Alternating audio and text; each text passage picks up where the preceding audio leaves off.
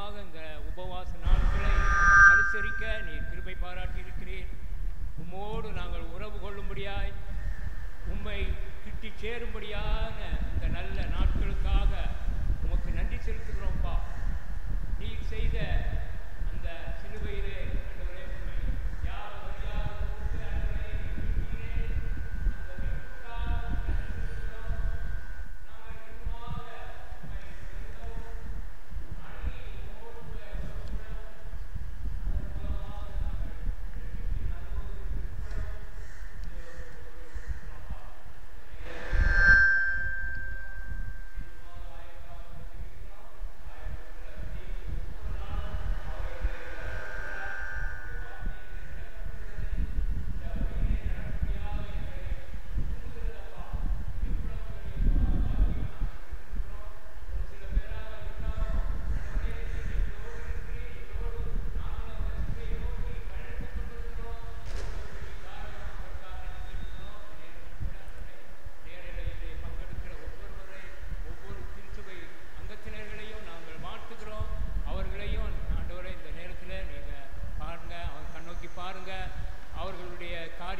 அனுபவத்திற்கு எல்லாவற்றையும் உங்களுடைய கருத்தில் ஒப்பு கொடுத்து ஜெபிக்கிறோம். துதி கனம் அனைத்து உமக்கு செலுத்துகிறோம். இயேசுவின் நாமத்திலே ஜெபிக்கிறோம் நல்ல பிதாவே, ஆமென். இந்த 9ஆம் நாள்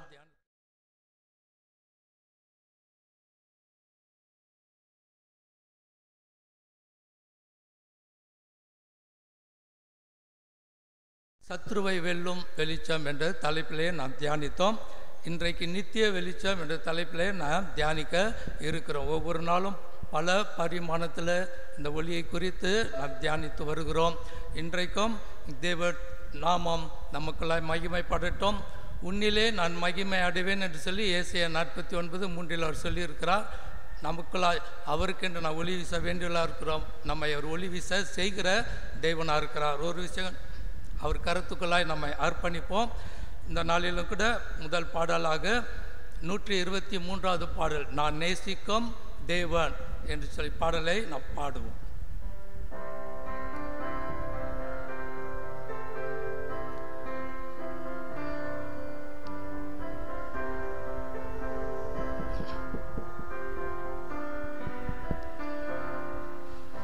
நான் நேசிக்கும் தேவனே என்றும் ஜீவிக்கிறார், அவனேற்றும் என்றும் நாளை என்றும் மாறாதவர், அவனேற்றும் என்றும் நாளை என்றும் மாறாதவர். நான் பாடி மகிழ்ந்திடுவேன், என் இயேசுவை துதித்திடுவேன். நான் பாடி மகிழ்ந்திடுவேன், என் இயேசுவை துதித்திடுவேன். என் ஜீவிய காலமெல்லாம் அவர் பாதத்தில் அமர்ந்திருப்பேன். என் ஜீவிய காலமெல்லாம் அவர் பாதத்தில் அமர்ந்திருப்பேன். கடலாம் துன்பத்தில் தவிக்கும் வேளை படகாய் வந்திடுவான். கடலாம் துன்பத்தில் தவிக்கும் வேளை படகாய் வந்திடுவான். இருள் தனிலே பகலவனாய் இயேசுவே ஒளி தருவான். இருள் தனிலே பகலவனாய் இயேசுவே ஒளி தருவார்.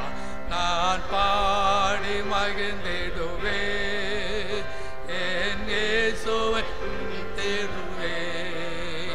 நான் பாடி மகிழ்ந்திடுவேன், என் இயேசுவை துதித்திடுவேன். என் ஜீவிய காலமெல்லாம் அவர் பாதத்தில் அமர்ந்திருப்பேன். என் ஜீவிய காலமெல்லாம் அவர் பாதத்தில் அமர்ந்திருப்பேன். பாவ நோயாலே வாடும்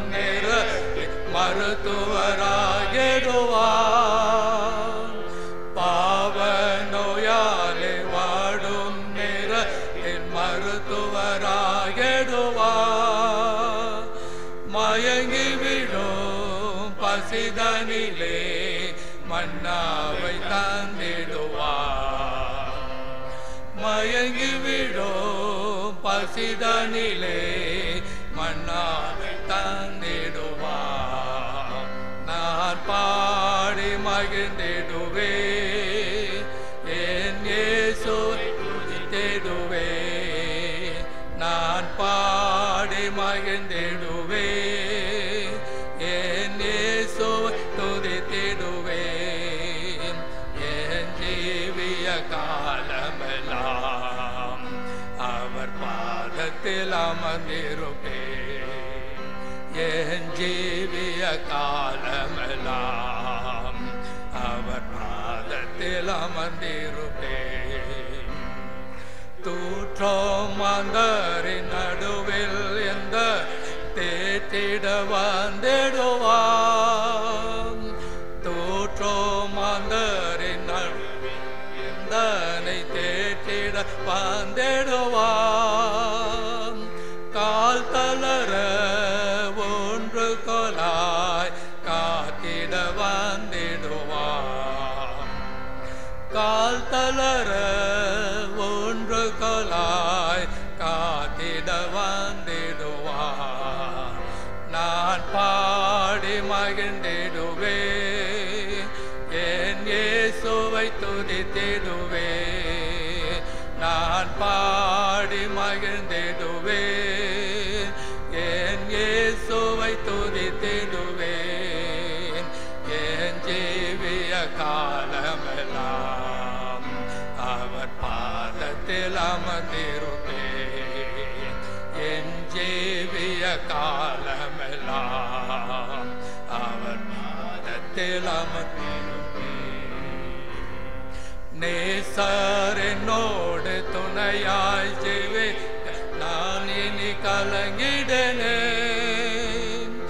நேசர் என்னோடு துணையாய் ஜீவே நான் இனி கலங்கிடனே. எந்தனுக்கே காவலவ நான் உடலுயிரே. எந்தனுக்கே காவலவ நான் உடலவருயிரே. நான் பாடி மகிழ்ந்திடுவே என் இயேசுவை துதித்திடுவே. நான் பாடி மகிழ்ந்திடுவே என் இயேசுவை துதித்திடுவே. என் ஜீவிய காலமெல்லாம் அவர் பாதத்தில் அமர்ந்திருப்பே. என் ஜீவிய காலமெல்லாம் அவர் பாதத்தில் அமர்ந்திருப்பே. நித்திய வெளிச்சம் அவர் பாதத்தில் நாம் அமர்ந்து அந்த நித்திய வெளிச்சத்தை பெற்றுக்கொள்ள வேண்டியவர்களாக இருக்கிறோம். அவர் நித்திய தேவனாக இருக்கிறார். அவர் நேற்றும் இன்றும் என்றென்றும் மாறாதவராக இருக்கிறார். நித்திய ஜீவனை அளிப்பேன் என்று சொன்னது நமக்கு அவர் அளித்த வாக்குத்தத்தமாய் இருக்கிறது. இந்த நாளிலும் எனக்காய் ஜீவன் விட்டவர் என்ற பாடலை 66வது பாடு. அதை உணர்ந்தவர்களாய் நாம் பாடுவோம்.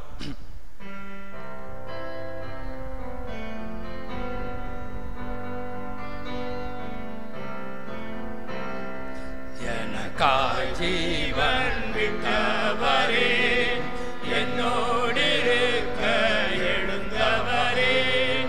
எனக்காய் ஜீவன் விட்டவரே என்னோடு இருக்க எழுந்தவரே. என்னை என்னும் வழி நடத்துவாரே. என்னை சந்திக்க வந்திடுவாரே. என்னை என்னும் வழி நடத்துவாரே. என்னை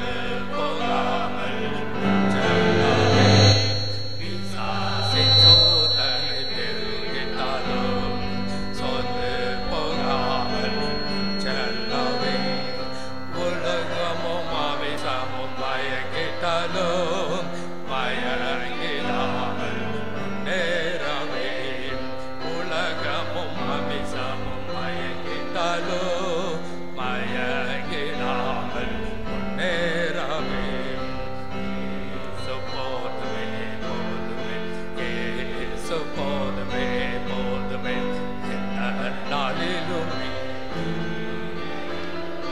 இந்த வாழ்வினிலே இயேசு போதுமே இடங்களில் வைத்திடுவார் அமர்ந்த தண்ணீரை நடத்திடுவார் உள்ள இடங்களில் வைத்திடுவார் அமர்ந்த தண்ணீரை நடத்திடுவார் ஆத்துமாவை தினம் தேடிடுவார் மரண பள்ளத்தாக்கி காத்திடுவார் ஆத்துமாவை தினம் தேடிடுவார் மரண பள்ளத்தாக்கி காத்திடுவார் இயேசு போதுமே போதுமே இயேசு போதுமே போதுமே எந்த நாளிலுமே என் வாழ்வினிலே இயேசு போதுமே மனிதர் என்னை கைவிட்டாலும்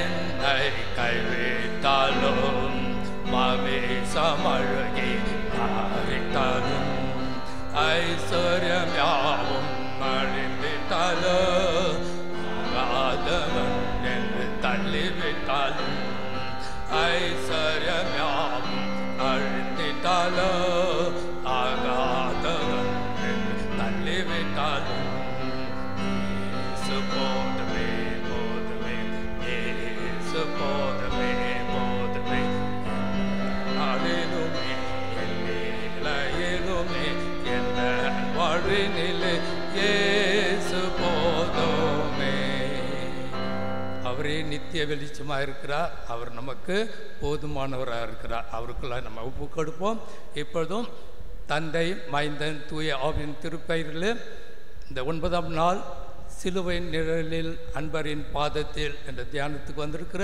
திருச்சபை மக்கள் யாவரையும் நேரலையில் கண்டு கொண்டிருக்கிற திருச்சபையின் மக்கள் யாவருக்கும் இயேசுவின் நாமத்தில் வாழ்த்திலும் வரவேற்பையும் நாங்கள் தெரிவிக்கிறோம்.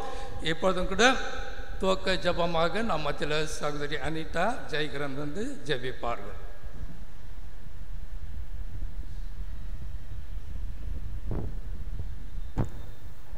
ஜெபிப்போம். கிருபை நிறைந்த எங்கள் நல்ல தகப்பனே, ஆசீர்வாதமான இந்த காலை வேலைக்காக கோடி ஸ்தோத்திரம் ஆண்டவரே. எங்களுடைய எல்லா நிகழ்வுகளிலும் ஆண்டவரே நீர் எங்களோடு இருக்கிறதற்காக உமக்கு நன்றி செலுத்துகிறோம். எங்களை எல்லாரையும் வெவ்வேறு இடங்களிலிருந்து உம்முடைய திரு சமூகத்துக்கு எங்களை அழைத்து வந்தீரே, அதற்காக ஸ்தோத்திரம்ப்பா. கோடி நன்றி. உம்முடைய பிரசன்னத்தால் எங்கள் ஒவ்வொருவரையும் நீர் நிரப்புறதற்காக ஸ்தோத்திரப்பா. அதிகாலையில் என்னை தேடுகிறவர்கள் கண்டடைவார்கள்னு சொன்ன மாதிரி ஆண்டவரே இந்த நேரத்தில் உம்மை தேடி வந்திருக்கிறோம்ப்பா.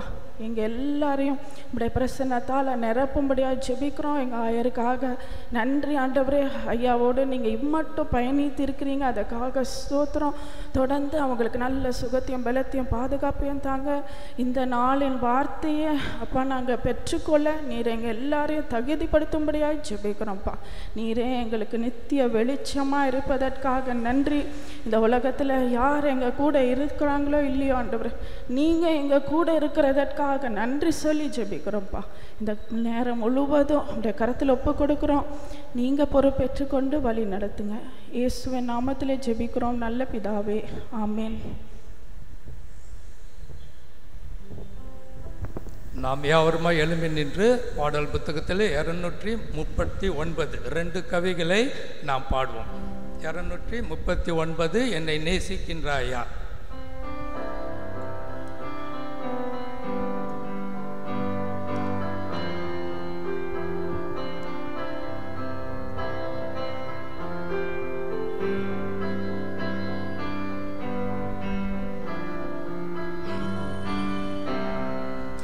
என்னை நேசிக்கின்றாயா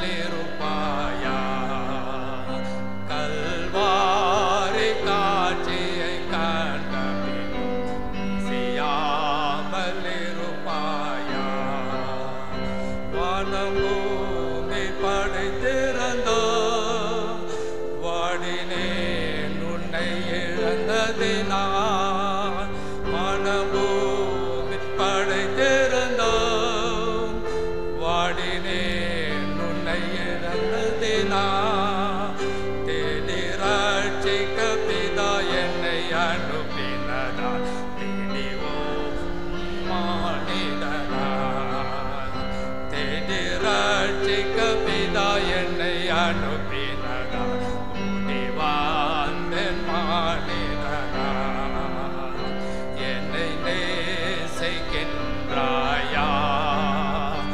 என்னை நேசிக்கின்றாயா கல்வாரி காட்சியை கண்ட பின் நேசியாமல் இருப்பாயா கல்வாரி காட்சியை கண்ட பின் நேசியாமல் இருப்பாயா பாவம் பார பரிசுத்தனா பாவி உன்னை அழைக்கிறேன் பாவம் பார பரிசுத்தனா பாவி உன்னை அழைக்கிறேன் உந்தன் பாவம் யாவையும் சுமப்பேன் என்று தன்னில் நிலை பரவா உந்தன் பாவம் யாவை சுமப்பேன் என்று தன்னில் நிலை பரவா என்னை நேசிக்கின்றாயா என்னை நேசிக்கின்றாயா கல்வாரி காட்சியை கண்ட பின் நேசியாமல் இருப்பாயா கல்வாரி காட்சியை கண்ட பின் நீயாமல் இருப்பாயா உம்மை நேசிக்கின்றேனா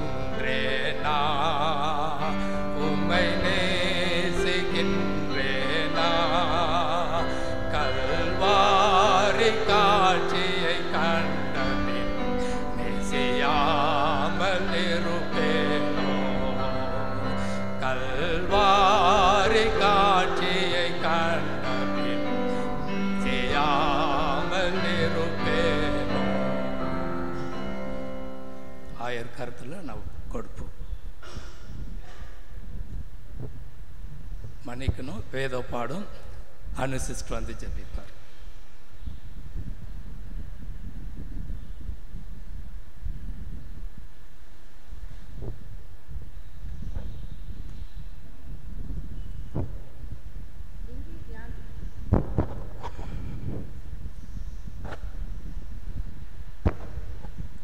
இன்றைய தியான பாடம் ஏசாயா 60 அதிகாரம் 19-20 ஐசையா 60 verses 19 and 20.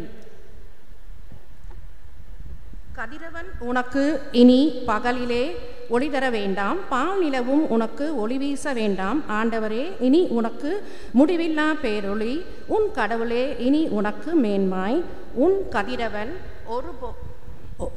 ஒருபோதும் மறையாதால் உன் நிலா இனி தோய்ந்து போகால் ஆண்டவரே உனக்கும் என்றுமுள்ள ஒளியாக இருப்பார் உன் கண்ணீரின் நாட்கள் ஒழிந்து போம் ஆமேன். இன்றைய நாள் தேவனுக்கே மகிமை உண்டாவதாக.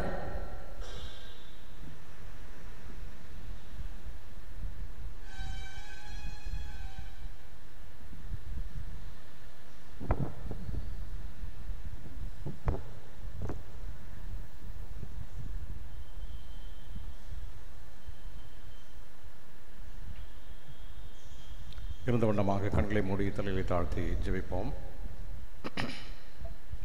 எங்கள் அன்பின் பரலோக பிதாவே, உம்முடைய திருவார்த்தைகளை தியானிக்கும்படியாக உம்முடைய சமூகத்திலே நாங்கள் கூடி வந்திருக்கிற பொழுது நம்முடைய செவிகளையும் உள்ளங்களையும் திறந்தருளும். உம்முடைய வார்த்தைகள் சத்தியம், உம்முடைய வார்த்தைகள் உயிருள்ளவை. உம்முடைய வார்த்தைகளை எங்களுடைய வாழ்க்கைக்கு நாங்கள் பிரயோஜனப்படுத்திக் கொள்ள அருள்தார். மீட்பர் இயேசுவின் மூலமாக ஜெபத்தை எடுக்கிறோம் பரலோக பிதாவே, ஆமென். பிரியமானவர்களே, உங்கள் யாவருக்கும் ஆண்டவர் இயேசு கிறிஸ்துவின் திருப்பெயரில் என்னுடைய வாழ்த்துக்களை தெரிவித்துக் கொள்வதிலே மகிழ்ச்சி அடைகிறேன். நித்திய வெளிச்சம். கர்த்தரே கதிரோன். நித்திய வெளிச்சமாக கடவுளின் மகிமை விளங்குவதால் துயர் நீங்கி நகரில் மகிழ்ச்சி தழைக்கும். இது ஒரு முடிவில்லாத பேரொளி. முடிவில்லாத பேரொளி. 60ஆம் அத்தியாயத்தின் 20ஆம் வாக்கியம், உன் கதிரவன் ஒருபொழுதும் மறையான், உன் நிலா இனி தேய்ந்து போகான், ஆண்டவரே உனக்கு என்றுமுள்ள ஒளியாக இருப்பார், உன் கண்ணீரின் நாட்கள் ஒழிந்து போம். 35ஆம் அத்தியாயம் 10ஆம் வாக்கியம்,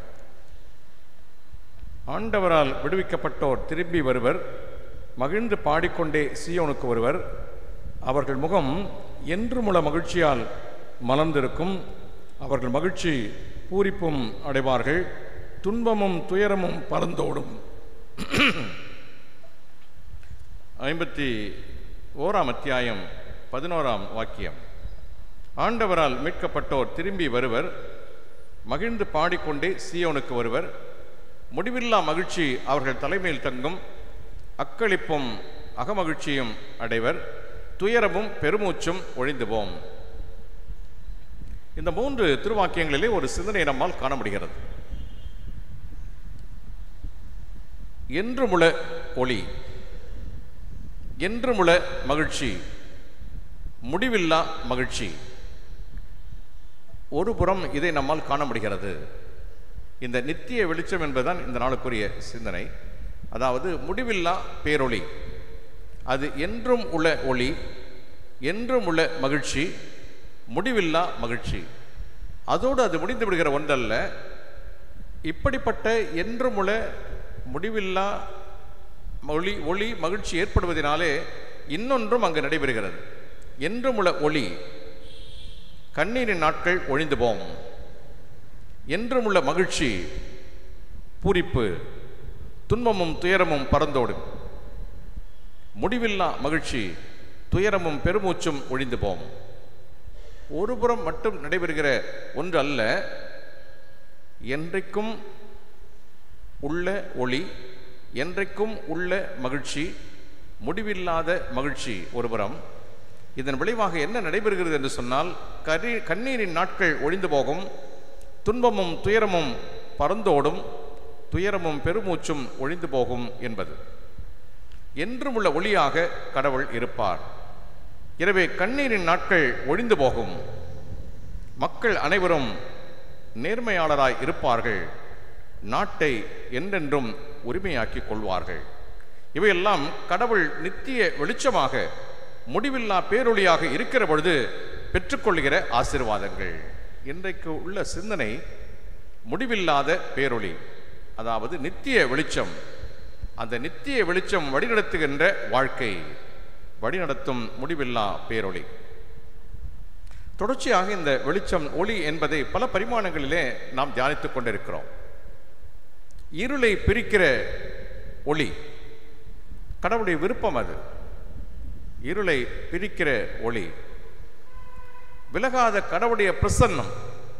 விடுதலை பயணத்திலே கடவுளுடைய பிரசன்னம் விலகாமல் நின்று எதிராளிகளிலிருந்து அவர்களை பிரித்து கடவுள் அவளுக்கு வாக்குப்படின இடத்திற்கு கொண்டு போய் சேர்ப்பதற்கு உந்தி தள்ளுகிற வெளிச்சம். விலகாத கடவுளுடைய பிரசன்னம், அணுக முடியாத ஒளி. நாம் அவரை சேர முடியாது, சேரக்கூடாத ஒளியிலே இருக்கிறவர்.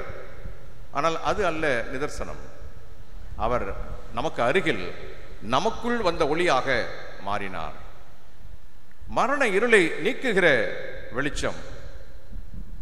இந்த மரண இருளை நீக்குகிற வெளிச்சம் என்று சொன்னால், மரண இருளை நம்முடைய வாழ்விலே நீக்குவதற்கு நாம் நம்மிலே தகுதியை பெற்றுக்கொள்ள வேண்டும் என்று அந்த ஒளி நம்மை தகுதிப்படுத்துகிறது. It equips us for spiritual warfare. நம்மை அப்படிப்பட்ட ஒரு போராட்டத்தை கடந்து வருவதற்குரிய ஆற்றலை நம்மளை பெற்றுக்கொள்வதற்கு அந்த மரண இருளை நீக்குகிற ஒளி நமக்கு உதவுகிறது. கடவுளுடைய இலவச இரக்கம் சூரியன், அதாவது விடியற்காலத்து வெளிச்சம், ஒவ்வொரு நாளும் காலைதோறும் புதிய கிருபைகள். எனவே அது கடவுளின் இலவச இரக்கம், அது விடியற்காலத்து வெளிச்சம், ஒவ்வொரு நாளின் காலையிலேயும் நாம் கிருபையாய் பெற்றுக்கொள்ளுகிற ஒன்று. ஒரு பயணிக்கு வழிகாட்டுகிற வெளிச்சம். கடவுளுடைய வாக்கு என்பது ஒரு பயணிக்கு வழிகாட்டுகிற வெளிச்சமாக இருக்கிறது. It directs, it warns, it assures to reach, it shows the safety steps. இந்த கடவுளுடைய வார்த்தைகள் ஒரு பயணிக்கு என்னென்ன காரியங்களை செய்கிறது என்பதை தியானித்தோம். கர்த்தருக்கு பயப்படுவோருக்கான வெளிச்சம். கர்த்தருக்கு பயப்படுகிறவருடைய வாழ்விலே முரணாக நடைபெறுகின்ற எத்தனையோ காரியங்கள், good of evil, the honor of dishonor, the gain of loss, the light of darkness. இதுதான் உண்மை. ஆனால் அதிலே எனக்கு இருக்கிற ஒன்று, இதுதான் கர்த்தருக்கு பயப்படுவர்களுக்கு அவர்கள் மேல் பிரகாசிக்கிற வெளிச்சம். விசுவாசியின் விழுந்து போன நிலை அது நிரந்தரம் அல்ல, அது எழுச்சி பெறுகிற ஒளியாக மாறுகிறது. எனவே இந்த ஒளி என்பது திருமறையில் இப்படிப்பட்ட பல பரிமாணங்களை நமக்கு விளக்கிக் கொண்டிருக்கிற ஒன்று. இன்றைக்கு வழிநடத்துகிற முடிவில்லா பேரொளி. ரோமருக்கு எழுதிய நிருபம் 8ஆம் அத்தியாயம் 14ஆம் வாக்கியத்திலே, எவர்கள் கடவுளுடைய ஆவியினாலே நடத்தப்படுகிறார்களோ அவர்கள் கடவுளுடைய பிள்ளைகளாய் இருக்கிறார்கள். இந்த தூய ஆவி நம்மை வழிநடத்துகிறது. அதற்கு பவுண்டரி கிடையாது, கால முடிவு என்பது அதற்கு கிடையாது. முடிவில்லா பேரொளியாக அது இருக்கிறது. அவரால், அவரது முடிவில்லாத ஒளியால் வழிநடத்தப்படுகிற பொழுது நாம் பெற்றுக்கொள்கிற ஸ்லாக்கியம் திருப்பாடல்கள் 37:23 படிக்கிறோம். திருப்பாடல்கள் 37:23 நல்ல மனுஷனுடைய நடைகள் கர்த்தரால் உறுதிப்படும், அவருடைய வழியின் மேல் அவர் பிரியமாய் இருக்கிறார். எனவே நல்ல மனுஷனுடைய நடைகள் கர்த்தரால் உறுதிப்படும், அவருடைய வழியின் மேல் அவர் பிரியமாய் இருக்கிறார். இந்த நித்திய வெளிச்சம் நம்முடைய வாழ்விலே பிரகாசிக்க வேண்டும் என்பது நம்முடைய வாஞ்சையாக, நம்முடைய விருப்பமாக இருக்க வேண்டும். இந்த நித்திய வெளிச்சம் என்பது காரிருள் போன்ற சிந்தனைகளிலிருந்து, இந்த நித்திய வெளிச்சம் காரிருள் போன்ற வாழ்க்கையின் நடக்கையிலிருந்து நம்மை தடுத்து ஆட்கொள்ளுகிறது. இன்றைக்கு சிலுவையின் நிழலிலே இந்த வெளிச்சத்தை நாம் நம்மிலே பெற்றுக்கொள்ள எதிர்பார்க்கப்படுகிறோம். நாம் எந்த வெளிச்சத்திலே நடக்கிறோம்? என் கண்கள் காணும் வெளிச்சமா, அல்லது கடவுள் என்னிலே வீசச் செய்கிற முடிவில்லாத வெளிச்சமா? காரில் போன்ற சிந்தனைகளிலிருந்து, காரில் போன்ற வாழ்க்கையின் நடக்கையிலிருந்து மாற்றி நடத்துகிற வெளிச்சம், அதை நாம் சிலுவையின் நிழலிலே பெற்றுக்கொள்ள முடியும்.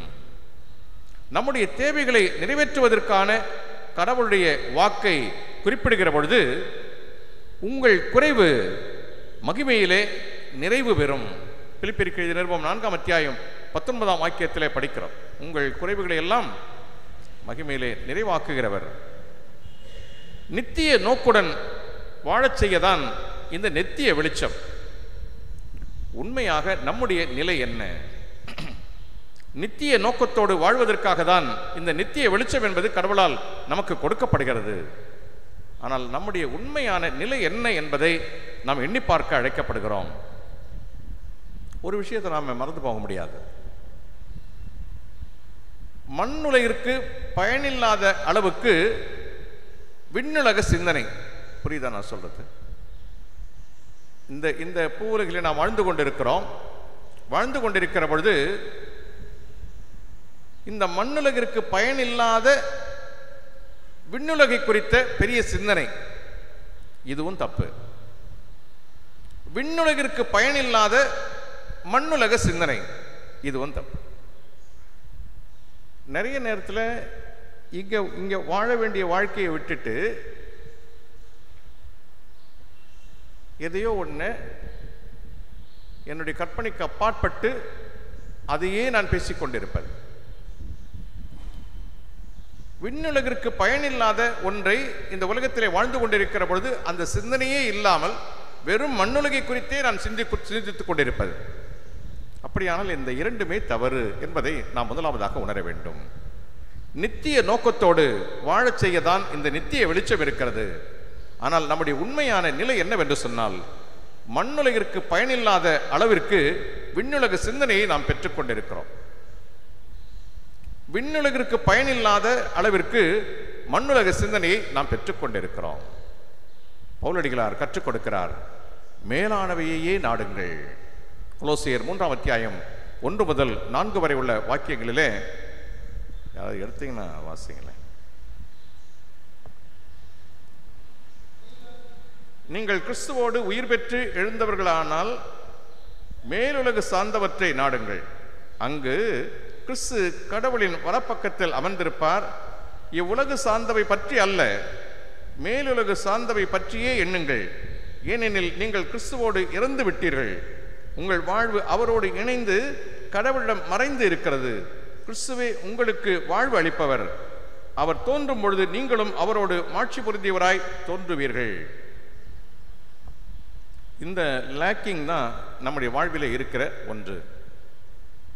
நான் முன்னாடியே ஒரு நாள் ஒரு அலுவலரின் பொழுது குறிப்பிட்டேன், நாம் ஏற்கனவே எதுக்கு செத்துட்டோம்? பாவத்துக்கு செத்துட்டோம். அப்போ திருப்பி எப்படி பாவம் என்பதுதான் ஒரு பெரிய கேள்வி. அப்போ நான் பாவமே செய்யலையானா இல்லை, ஆனால் என்னுடைய பாவங்கள் கழுவப்பட்டு கொண்டே இருக்கிறது. அப்போ நான் பாவம் செஞ்சுக்கிட்டே இருக்கலாமா? இல்லை, அதுவும் இல்லை. இந்த சிந்தனை தான் நாம் முழுமையாக நம்முடைய வாழ்விலே அணிந்து கொள்ள அழைக்கப்படுகிறோம். எப்போ நான் இந்த மேலானவைகளை நாட துவங்கி விட்டேனோ அப்போ எனக்கு என்ன கிடையாது, இந்த அற்ப பாவங்கள் என்னுடைய வாழ்விலே குறுக்கிட முடியாது. அப்படியானால் நம்முடைய நோக்கம், நம்முடைய சிந்தனை, நம்முடைய செயல் இவை எல்லாம் மேலானதை நாடுகிற ஒன்றாக இருக்க வேண்டும். சராசரியான வாழ்க்கை தரத்திலே திருப்தி அடையாதிருங்கள். புரியுதுல்ல? சராசரியான வாழ்க்கை தரத்திலே நீங்கள் திருப்தி அடைய வேண்டாம். அதற்கு மேலாக ஒன்று இருக்கிறது. அது உன்னதற்கான உசிதமான ஒரு வாழ்க்கை. உன்னதற்கான உசிதமான ஒரு வாழ்க்கை. பிலிப்பியருக்கு எழுதிய நிருபம் 1ஆம் அத்தியாயம் 9ஆம் வாக்கியத்திலே நாம் காணுகின்றோம். பிலிப்பியர் 1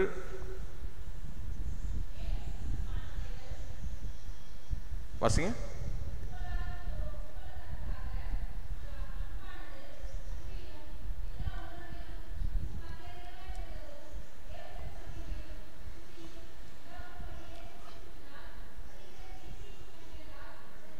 பிலிப்பியர் 1:9 மேலும் நீங்கள் அறிவிலும் அனைத்தையும் உய்த்து உணரும் பண்பிலும் மென்மேலும் வளர்ந்து அன்பால் நிறைந்து சிறந்தவற்றையே ஏற்று செயல்படுமாறு. எது?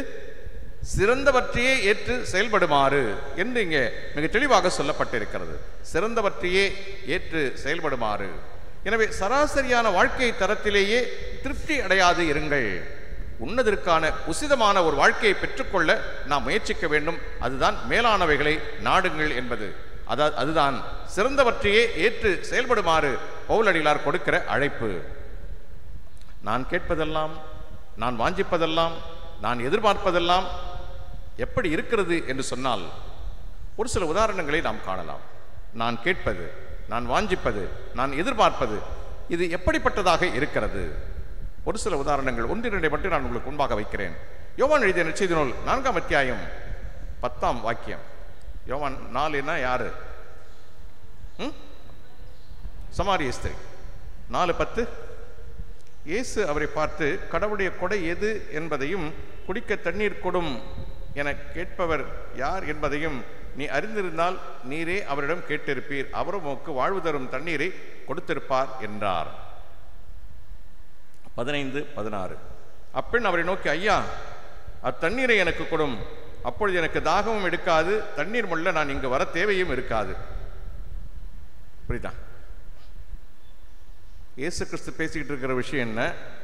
சமாரிய ஸ்திரீ பேசிக்கிட்டு இருக்கிற விஷயம் எண்ணெய். இது ரெண்டுமே என்ன ஆகலை, சேரவே இல்லை. இவர் எதையோ ஒன்று நினச்சி இவர் ஒரு விஷயத்தை சொல்லுங்கிறாரு, இந்தம்மா எதையோ ஒன்று நினச்சி இவங்க சொல்லுங்கிறாங்க. இவங்களது இல்லைன்னா என்னன்னா வேர்ல்ட்லி திங்கிங், அவ்வளோதான்.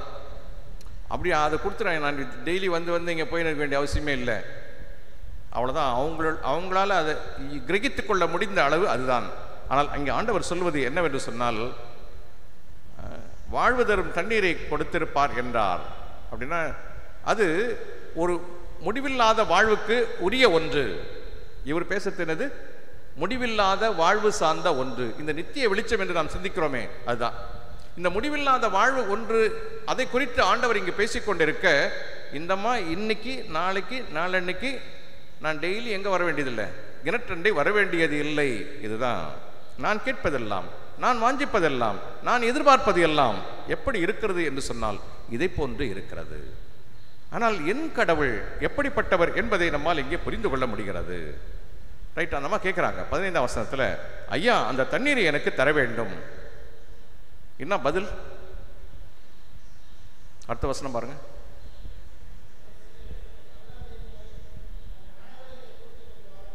ஏதாவது சம்பந்தம் இருக்குதா? ஏதாவது சம்பந்தம் இருக்குதா? ஐயா அந்த தண்ணீரை எனக்கு தர வேண்டும், நீ போய் உங்கள் வீட்டுக்கார கூட்டின்னு வா. நமக்கு சம்பந்தம் இல்லை, யாருக்கு சம்பந்தம் இருக்குது? ஆண்டவர் அதை சம்பந்தப்படுத்துகிறார். ஸோ அங்கே ஒரு விஷயத்தை ஸ்டார்ட் பண்ணுறார். இன்னமா கேட்டது அந்த தண்ணியை கொடுத்துரு அப்படின்னு சொல்லிட்டு, இவர் முன்வைக்கிற கேள்வி அவங்க லைஃப்பில் ஏதோ ஒரு பெரிய சேஞ்சை கொண்டு வரத்துக்கான ஒரு கேள்வியை அல்லது ஒரு அழைப்பை அவர் அங்கே கொடுக்கிறார். உன்னுடைய கணவரை நீ அழைத்து கொண்டு வர வேண்டும் என்று அங்கே சொல்லுகிற காரியம். இது ஒரு நித்திய வாழ்வுக்கான துவக்கமாக இருக்கிறது. நீ இப்போ யாரை பார்க்க போற? நீங்கள் அதில் பார்த்தீங்கன்னா முதல்ல இவருங்க என்ன கேட்பாங்கன்னா ஐயான்னு கேட்பாங்க. அந்த விளக்கம் நான் நிறைய தடவை சொல்லிட்டேன். முதல் தடவை அந்த சமாரிய ஸ்திரீ இயேசு கிறிஸ்துவை அணுகினது, அவரை கூப்பிட்டது, கடைசியாக முடிக்கும் போது அது மாறி போயிட்டது இல்லை. அவரை தீர்க்க தரிசனவாங்க, அப்புறம் ரட்சகர் மேசியா என்று அவர்கிட்ட அந்த உரையாடுகிற பொழுதே அவங்க வச்சிருந்த இயேசு கிறிஸ்துவை குறித்து அவங்க வச்சிருந்த தகவு மாறிக்கொண்டே இருக்குது. ஒரு சின்ன கான்வர்சேஷன்லேயே அது மாறிக்கிட்டே இருக்கிறத நம்மளால் பார்க்க முடியும். இதுதான் ஆண்டவரோடு கூட நாம் பெற்றுக்கொள்கிற உறவிலே நாம் பெற்றுக்கொள்கிற மாற்றம். என்னால் இவ்வளோதான் திங்க் பண்ண முடியும், என்னால் இவ்வளோதான் கேட்க முடியும், எனக்கு இது போதும். ஆனால் ஆண்டவர் கொடுப்பது என்பது நித்தியத்திற்கானது, முடிவில்லாத ஒரு வாழ்வு சார்ந்த ஒன்றை ஆண்டவர் எனக்கு தருகிறதை நாம் காணுகின்றோம். ஐயா அந்த தண்ணீரை எனக்கு தர வேண்டும். இயேசுவின் பதில், உன் கணவரை இங்கே அழைத்து வா. நான் கேட்டவுடன் கேட்டதை கொடுப்பதை விட என்னை மாற்றுவதிலேயே கடவுள் கரிசனை உள்ளவராக இருக்கிறார். என்னை மாற்றுவதிலேயே கரிசனை உள்ள கடவுள். இன்றைக்கு சிலுவையின் நிழலிலே நீங்களும் நானும் கற்றுக்கொள்ள வேண்டியது அதுதான். நான் ஏதோ ஒன்று எனக்கு தேவை என்று வந்து நான் முழங்கால் இடுகிற பொழுது அதை கொடுக்கிற விஷயம் இல்லை ராஜா, உன்னை மாற்றுவதுதான் என்னுடைய கரிசனை என்பதுதான் ஆண்டவரிலே வெளிப்படுகின்ற ஒன்று. தொடக்க நூல் 32ஆம் அத்தியாயம் 26, 27 வாக்கியங்களிலே, என்னை ஆசீர்வதியும், என்னை ஆசீர்வதித்தால் ஒழிய உம்மை போக விட மாட்டேன். அடுத்த வசனம் கடவுள் என்ன சொல்றாரு? உன் பேர் என்ன? சம்பந்தமே இல்லாத ஒரு விஷயம். அங்க மாதிரியே தான். அந்த தண்ணி எனக்கு கொடுத்துரு, நீ போய் உன் வீட்டுக்கார கூட்டணும். நீர் என்னை ஆசீர்வதித்தே ஆக வேண்டும், ஆசீர்வதிக்கலைன்னா உம்மை போக விட மாட்டேன். உன் பேர் என்ன? இவருக்கு தெரியாது, அவர் பேர் இவருக்கு தெரியாது. அப்படியா? இல்லை, இவர் கேட்டது என்னை ஆசீர்வதியும் என்று. இவர் கொடுக்க போவது எது என்று சொன்னால் அவனுடைய வாழ்வின் ஒரு பெரிய மாற்றம். அவனுடைய வாழ்வின் ஒரு பெரிய மாற்றம். அது ஒரு பெயர் மாற்றத்திலிருந்து துவங்குகிறதே நம்மால் காண முடிகிறது. உன் பேர் என்னன்னு கேட்டுட்டு அந்த பேரை மாத்துறாரு, அதிலிருந்து துவங்குகிறது அவருடைய வாழ்வின் மாற்றம். அவர் வழியாக பிறக்கிற சந்ததியின் மாற்றம் அங்கு தொடங்குகிறது. எனவே நான் வாஞ்சிப்பது, நான் கேட்பது, நான் எதிர்பார்ப்பது என்பது இவ்வளவு.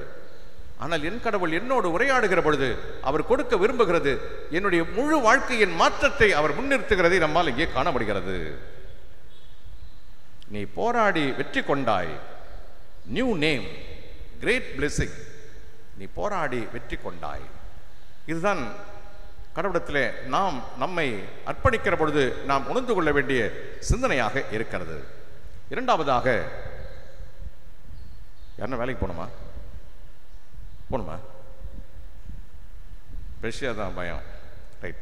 இரண்டாவது விஷயம், லூக்கா 10ஆம் அத்தியாயம் 38 42 40ஆம் வசனத்தினுடைய பிற்பகுதியிலே நாம் காண்கின்றோம், எனக்கு உதவும்படி மரியாளுக்கு சொல்லும்.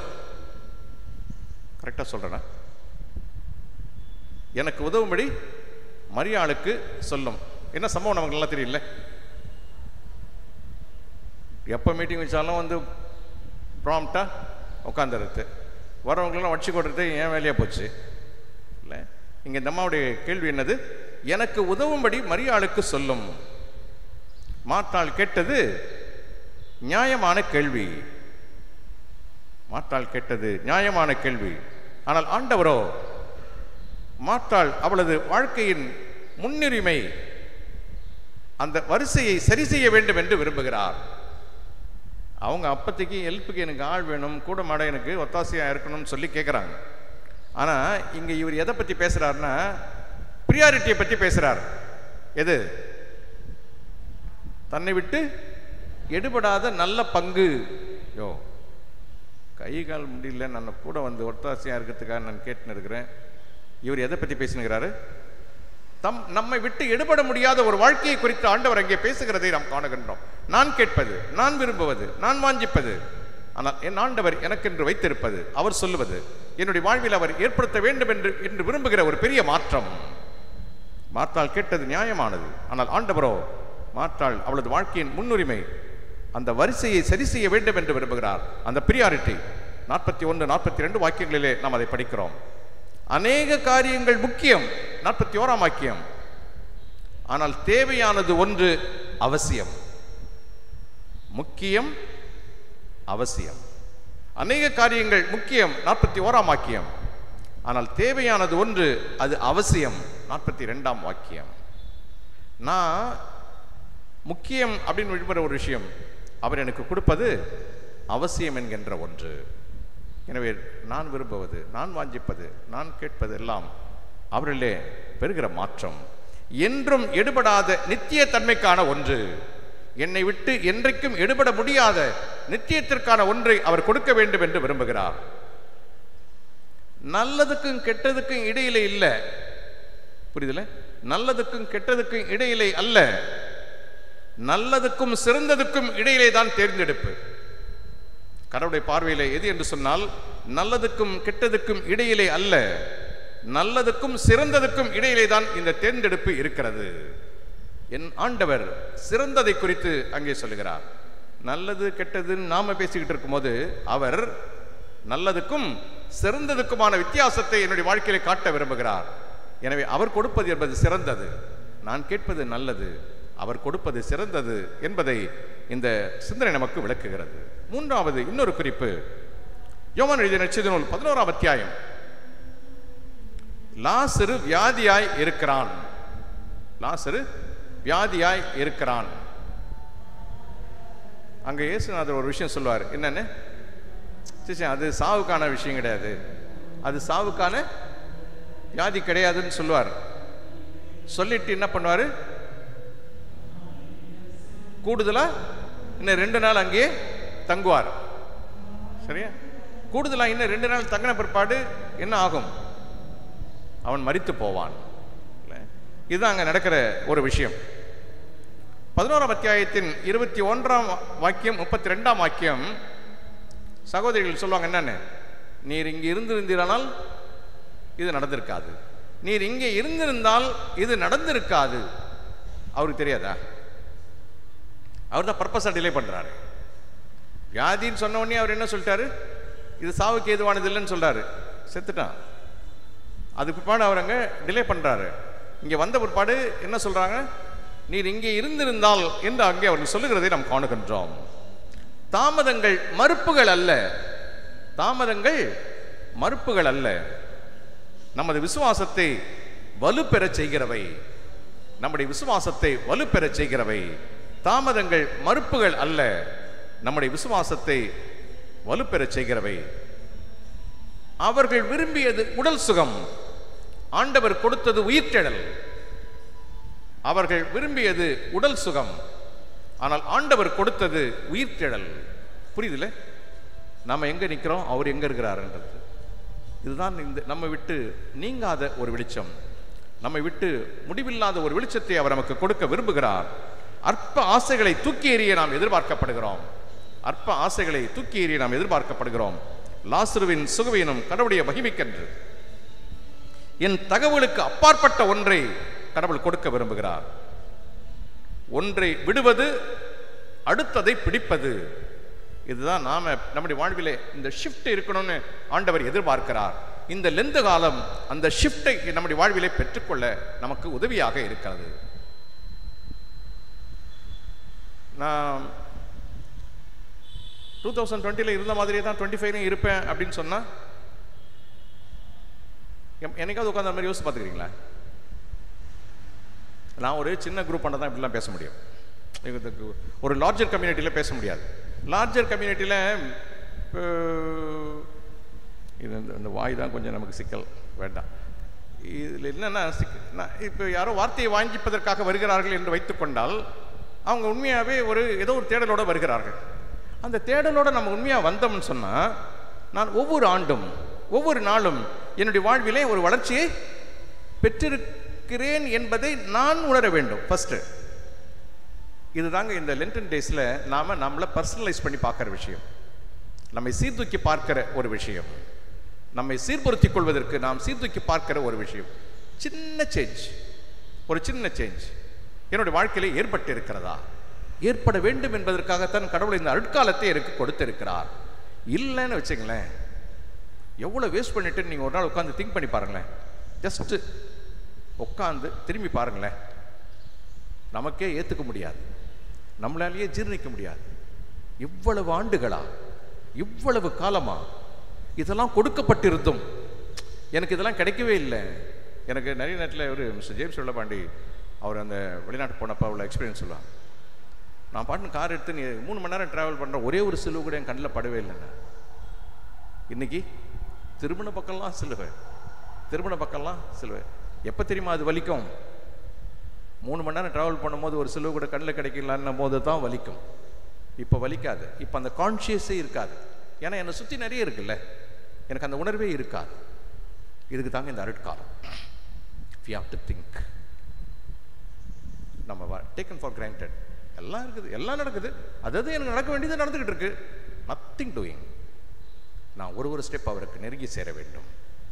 நான் எதிர்பார்ப்பது, நான் வாஞ்சிப்பது, நான் கேட்பது, அவர் கொடுக்குவது, அது என்னை விட்டு எடுபடாது, என்னை விட்டு நீங்காது, நித்தியத்திற்கான ஒன்று என்பதை நான் புரிந்து கொள்ள வேண்டும். என் தகவலுக்கு அப்பாற்பட்டது. ஒன்றை விடுவது, அடுத்ததை பிடிப்பது. Leaving and கிளீவிங்.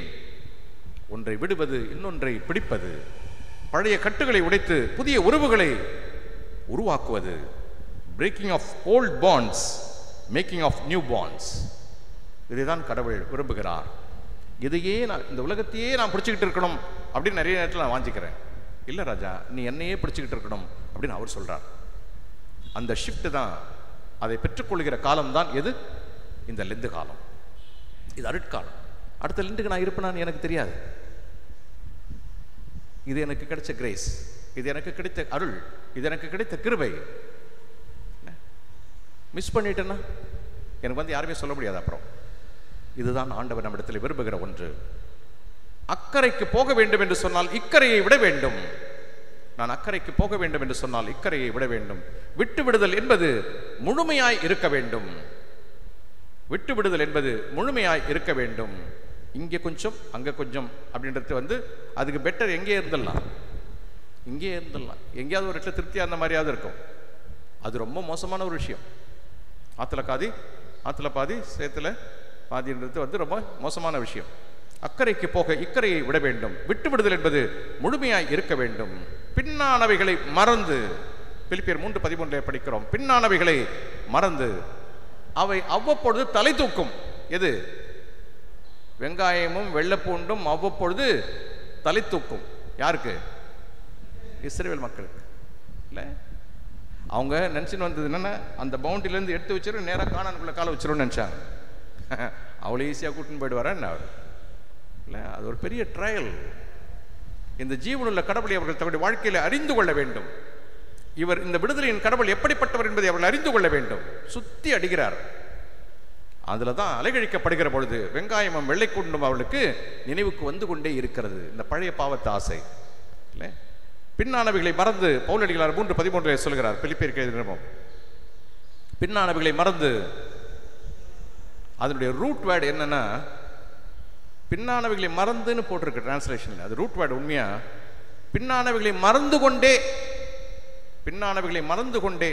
நீங்க எடுத்து வைக்கிற ஒரு ஃபார்வர்ட் ஸ்டெப்லையும் ஒரு பின்னான காரியங்களை மறந்து கொண்டே நீங்கள் முன்னோக்கி செல்ல வேண்டியவர்களாக இருக்கிறீர்கள். மாறுபாடான சந்ததியிலே குற்றமற்றவர்களாக வாழ வேண்டும். மாறுபாடான சந்ததிக்குள்ளே குற்றமற்றவர்களாக வாழ வேண்டும். பிலிப்பியருக்கு எழுதின 2ஆம் அத்தியாயம் 14ஆம் வாக்கியத்திலே, உலகத்திலே நீங்கள் சுடர்கள். இது அப்படின்னு ஊதிட்டா அணைஞ்சிற சுடராக இருக்கக்கூடாது. ஏனென்று கேட்டால், அந்த சுடர் என்னிலே ஏற்றி வைத்தவர் எப்படி இருக்கணும் ஏற்றி வைத்திருக்கிறார்? அது நித்தியத்திற்கு உரிய ஒன்றாக இருக்க வேண்டும் என்று வைத்திருக்கிறார். மத்தேயு 5ஆம் அத்தியாயம் 16ஆம் வாக்கியத்தில் படிக்கிறோம், உங்கள் வெளிச்சம் பிரகாசிக்க கடவது. நான் எரிவதிலே அல்ல, நான் மற்றவர்களுக்கு பிரகாசிப்பதிலே என்பதுதான் அவர் விருப்பம். நான் என்னிலே ஒரு ஒளியை பெற்றுக்கொள்ள வேண்டும் என்று நான் விரும்புகிறேன். நான் மற்றவர்களுக்கு பிரகாசமாக இருக்க வேண்டும் என்று அவர் விரும்புகிறார். அதற்கு இந்த லெந்து கால நோக்கு உதவியாக இருக்கட்டும். கண்களை மூடி தலைகளை தாழ்த்தி ஜெபிப்போம். அன்பின் நல்ல கடவுளே, இந்த நாளுக்காக, இந்த நாளில் எங்களுக்கு நினைப்பூட்டின நம்முடைய சத்தியத்திற்காக நாங்கள் உமக்கு நன்றி சொல்லுகிறோம். உள்வாங்கிக் கொண்ட திருவார்த்தைகள் எங்களுடைய வாழ்விலே மாற்றங்களை நாங்கள் பெற்றுக்கொள்வதற்கு உதவியாக இருக்க கிருபை செய்ய விடமாக நாங்கள் கொண்டாடுகின்றோம்.